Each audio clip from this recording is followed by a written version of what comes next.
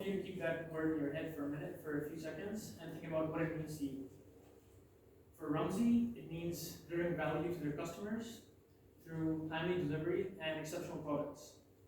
For employees, it means paying them wages that are above industry average, and by providing good training programs so that they can continue to create products that deliver customer satisfaction. Now, what that means is no matter what decision Rumsey makes as a company, they must always keep in mind that they have to deliver this value to their customers. Good morning, I'm Ahmed. These are my colleagues Gabriel and you, and we'll be going over our recommendation for how Rumsey can continue to deliver similar products while growing as a company. So the primary challenge facing you is what should your future international strategy be? You're facing tariffs and other concerns. You're also looking at dealing with labor tension and retraining employees if you do choose to reshore from China to Calgary. And you also have to look at the value of your MFM business if you do choose to sell it. Looking over at your strengths, you have employees that are very dedicated to their business and they're highly skilled. They know exactly what the customer desires and they know how to put that into the product. You have high production quality, so your production areas in Calgary and China are top of the line. You have great equipment and your employees know how to operate it. You have low waste rates, so whatever products you do create, the waste created from those products is minimal and it's easy to dispose of. And finally, you make on-time delivery of your products, and customers are always happy because they get what they ask for. Looking over at your weaknesses, you do have a small labor force in Calgary, so should you choose to move to Calgary, you will have to deal with the hiring new employees in Calgary to meet the additional demand in that area, and also retrain them, which will be costly. So the key takeaway is that your competitive advantage in innovation and quality means it is important to retain these skilled employees if possible, and that should be a priority no matter what decision you do make. Looking externally, politically, there are tensions between the US and China, and since the US is a large customer of Rumsey, it may result in increased costs of selling your product to the US as they're manufactured in China. Economically, those same tariffs will increase from 10% to 28%, which may result in you having to increase the prices of your products, which could lead to lower customer satisfaction and lower value of your products. And finally, culturally, there are differences in how businesses in China and Canada operate, as well as how consumers live their lives. So in China, there's more emphasis on collectivism, whereas Canada, there's more focus on the individuality of the customer. Key takeaway is that there is high cost and uncertainty in the external environment. Therefore, we have to keep that in mind when making our decision. Looking over at the industry, we have opportunities because the demand for MFMs is increasing globally, and it's increasing by 8% for the next few years up until 2025. And it's growing faster than anywhere else in the US and East Asia. So currently your manufacturing capabilities in China will help meet that faster growth in East Asia, while your growth at your current manufacturing facilities in in Canada, in Calgary, will help you meet the demand in the US. The key takeaway is you need to expand your customization and your capacity, whereas your core team in China will be beneficial for meeting that growth in East Asia. So, keeping all these, after analyzing your company, we have decided to come up with some alternatives for you. And before we actually move on to the alternatives, we actually would like to present some decision criteria for your company. So firstly, customer satisfaction. So we understand how important value means to you. So customer satisfaction is the first decision criteria that we're going to choose in every alternative that we make. The second criteria is core competencies. Whether or not your company has the potential to be able to execute these alternatives well. Whether or not your company is strong in these areas. And lastly, sustainability. We believe that no matter what decision that has been chosen, sustainability is important for your company to ensure your company actually grows. And this involves having good profits, having good long-term growth. So Now I'll move on to the alternatives. So going by some of the alternatives that you have already proposed yourself, the first alternative that was to actually sell the business, the MFM business, and focus on the MRO. The second option that you had was to consolidate the production in Ramsey, Calgary, so shutting down the factories in China and actually moving to Calgary. And the third option was to continue your current strategy and build on existing strengths. So you have some plans in place for innovation in China, as well as some plans for expansion in Canada. So now I'll be elaborating more on the alternatives. So alternative one, to sell the MFM business. So this will involve a bidding for the MFM business. So an estimated selling price is more than $22 million. So the reason that we are suggesting doing a bidding is because bidding tends to ensure that the best value of your company is actually being sold. So, but instead of just selling at a flat price, bidding is actually it actually helps with that. And based on your figures, because your estimate is that the company will be sold for 3 times the operating profit. So currently your profit margin is about 14.2%, and based on that, so it's we believe that the selling price will be $22 million. And next we have selling. So once you sell the MFM business, so the MFM business will be sold in the other industries, and with the funds that you receive, it goes towards expanding other areas, like for example your MRO business. So based on the decision criteria, we believe that customer satisfaction is affected because you will have a poorer relationship with existing customers. Currently, you are already providing the MFM to several companies. However, if you were to stop doing that, your MRO business might be affected as well due to poorer relationships.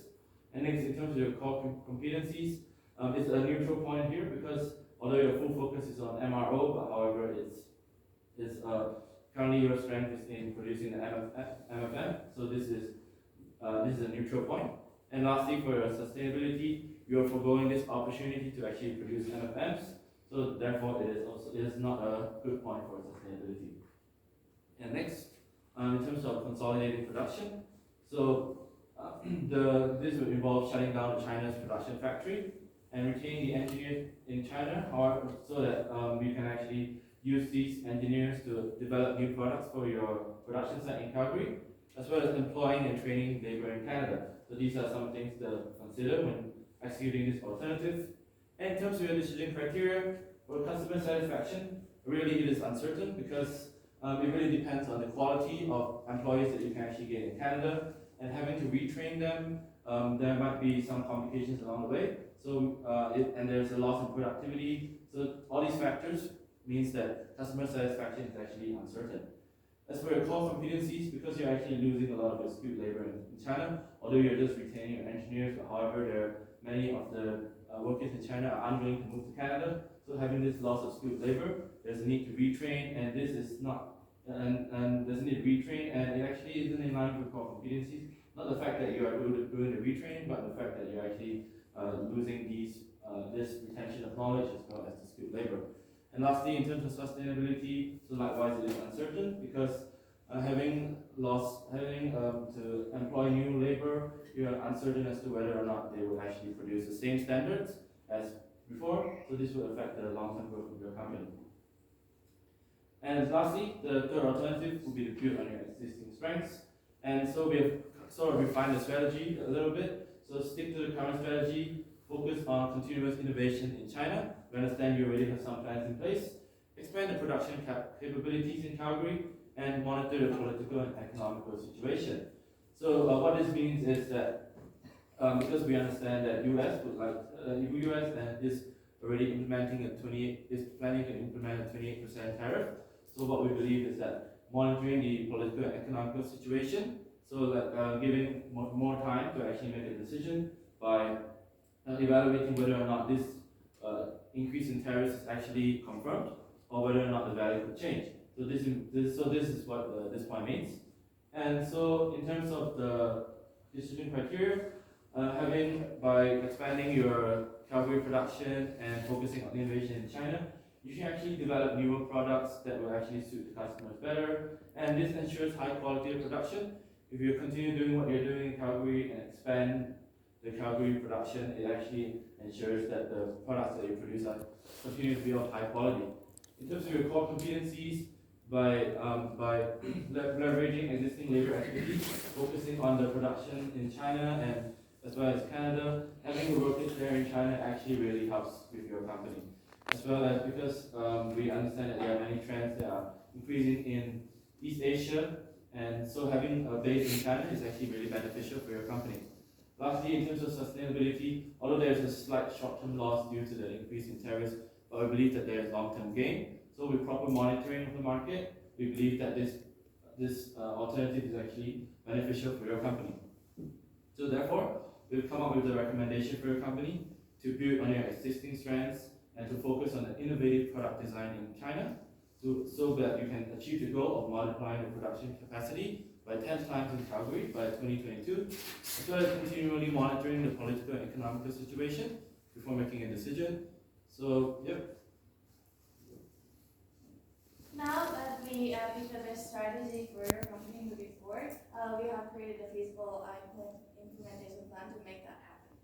So the first item will be to hire an external consultant to give advice on the political as well as economical climate, because as Gabriel mentioned, our recommendation is for you to continuously monitor while keeping your production facility in China. So if something unusual happens, you should always be ready to change your strategy and adapt to the external factors. So we do recommend you to hire the external consultant who has expertise in political situation between the United States, China, and Canada to ensure to mitigate all the risks that possibly happening. So we estimated a cost of $80,000 to get advice from the consultant, and we have estimated the length of 3 months. So the next item, after you hire the consultant, you want to continuously monitor what's happening as external situation, as you all know that you won't have the control over those factors, but you can always monitor and mitigate based on what's happening. So we have estimated $20,000 for the continuous monitoring with the consultant we hired. And the next item is to create the expansion plan in Calgary. As Gabriel mentioned, we noticed that we have currently 300 capacity right now, and you don't want to miss out on the opportunity that the demand is growing, the market is growing, so you want to create a plan to expand the production and assembly capacity in Calgary. So for the planning, we've estimated 3 months with a total of $20,000. And our assumption is that because you already mentioned that you are aware that the market is growing, so we assume that you already started the planning or started the planning of this. And the next item is to execute the expansion plan. Because the market is growing fast and because you want to be the first one to capture those growing market, we recommend you to act fast. So the execution of the expansion plan will start in April 2020, and you will continuously growing based on your financial asset and based on how fast the market is growing. So your milestone here is that you want to aim for to have 3 times more capacity in Calgary by end of 2020. So in the long term, the main thing is that of course you want to evaluate what's happening after 2020 is over, and you want to adjust based on, for example, the situation will be of course different. How many percent will be the tariff and what the political and economical situation between the United States, Canada, and China. So you want to evaluate, constantly evaluate. And we have estimated $15,000 for this action item. So next, you can modify the forecast based on the situation at that time. We have planned constantly because we really believe that you should be constantly monitoring and adjusting your forecast as this could potentially change. So in order for you just to get the most benefit out of this investment, that's why we plan across years to modify and evaluate the forecast. So the next item is the continuous expansion. As we mentioned, so your goal here is that you want to increase your capacity 10 times by the end of 2020. We know that this is a huge expansion, a huge number. However, based on what you estimated, how fast the market will grow, and based on, of course, the constant monitoring of the situation, we believe that this is potentially a huge beneficial investment for your company to be further to continuously become industry leader. So to continue expansion, we have estimated the cost of $800,000 based on the financial information you provided. And the last item is to evaluate the future strategy. So of course, at the end of this whole implementation plan, you want to evaluate if the current strategy is working and what's happening at that time, and you want to adjust your future strategy. So we have estimated cost of $50,000 to reevaluate the future strategy after 5 years. So we believe that you will be able to expand the production capacity 10 times if the estimate of the market you provided us is accurate, and also 25 times more by end of 2025.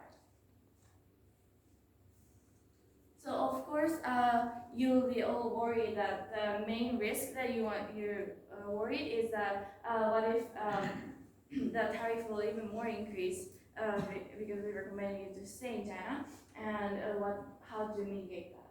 So because we included the expansion of the production and assembly facility in Calgary, we believe that if, for example, you never know, for example, the tariff has increased to 50% or some high number that you don't think the continuous operation in China is feasible and profitable, we believe that then you still have the option to move to Calgary if something unusual happens.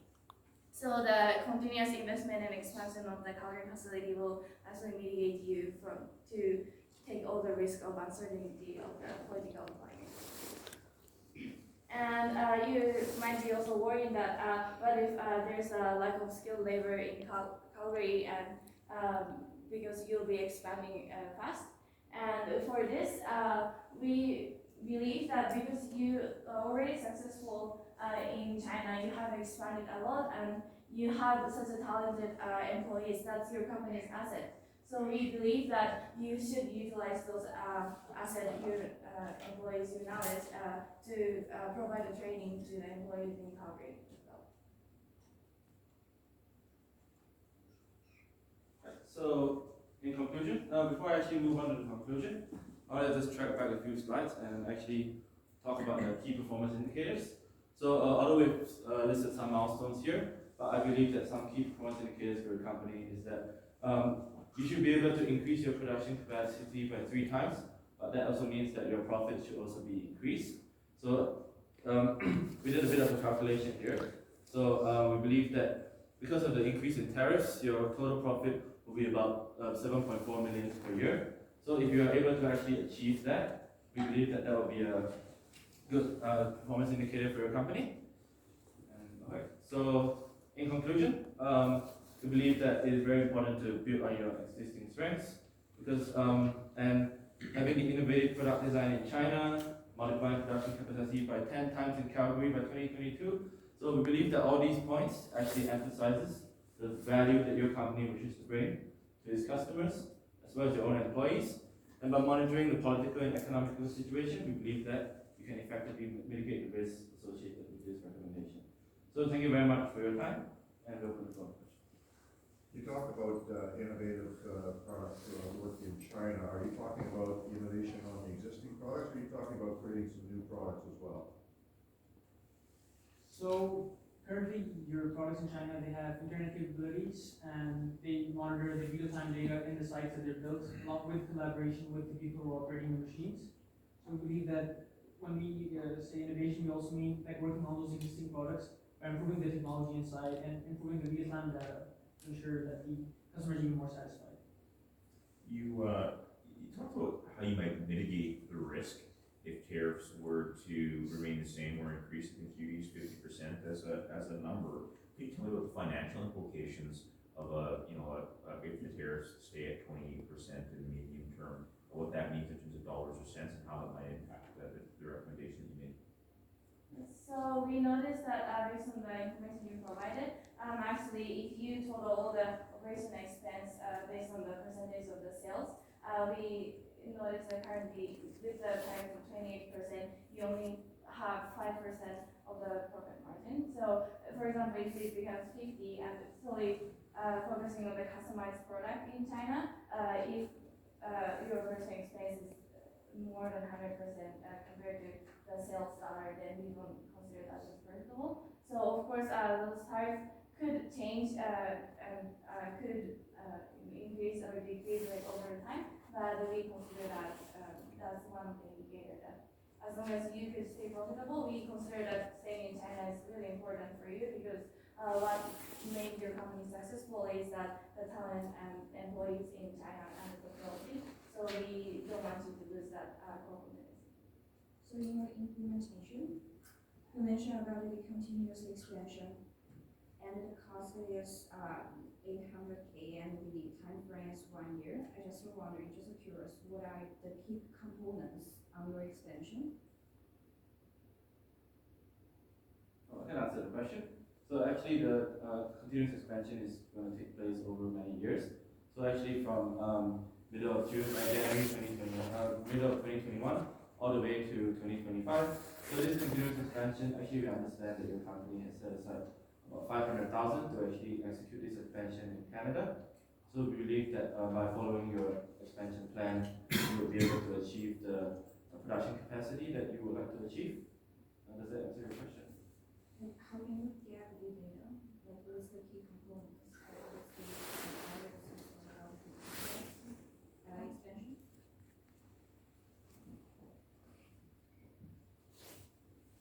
Maybe I can just add, because the cost for the Calgary setup was $3 million, and now you're looking into expanding 10 times in 2 years' time. Where is this money coming from, and how do you factor that money into it? You mentioned only 800,000 for the expansion. You're looking into expanding 10 times of the existing capacity. So at least $30 million. I can take that question. So currently, even though it is the site itself costs 3 million, and we're only allocated 800,000. Currently, there's also the capacity of the facility is not being utilized to the maximum. So we feel that even with 800,000, based on the research we've done, you'll still be able to achieve that 10 times production capacity increase by 2022. Does that answer your question? So maybe just building on that, whether it's 800 or more, it's a significant long-term investment, primarily to serve one market, being North American oil and gas. You know, what is your plan to mitigate that risk if that market becomes saturated by other competitors, or if production in oil and gas in the U.S. slows? Thanks for your question. So we believe that with our recommendation, because we recommend you to stay and continuous improvement in China as well, you will have opportunity to tap into the East Asian market, which is currently growing, not as much as US, but still opportunity for you. So we believe that instead of moving everything to Calgary in Canada, we think that could mitigate to diversify your revenue. And that concludes the presentation.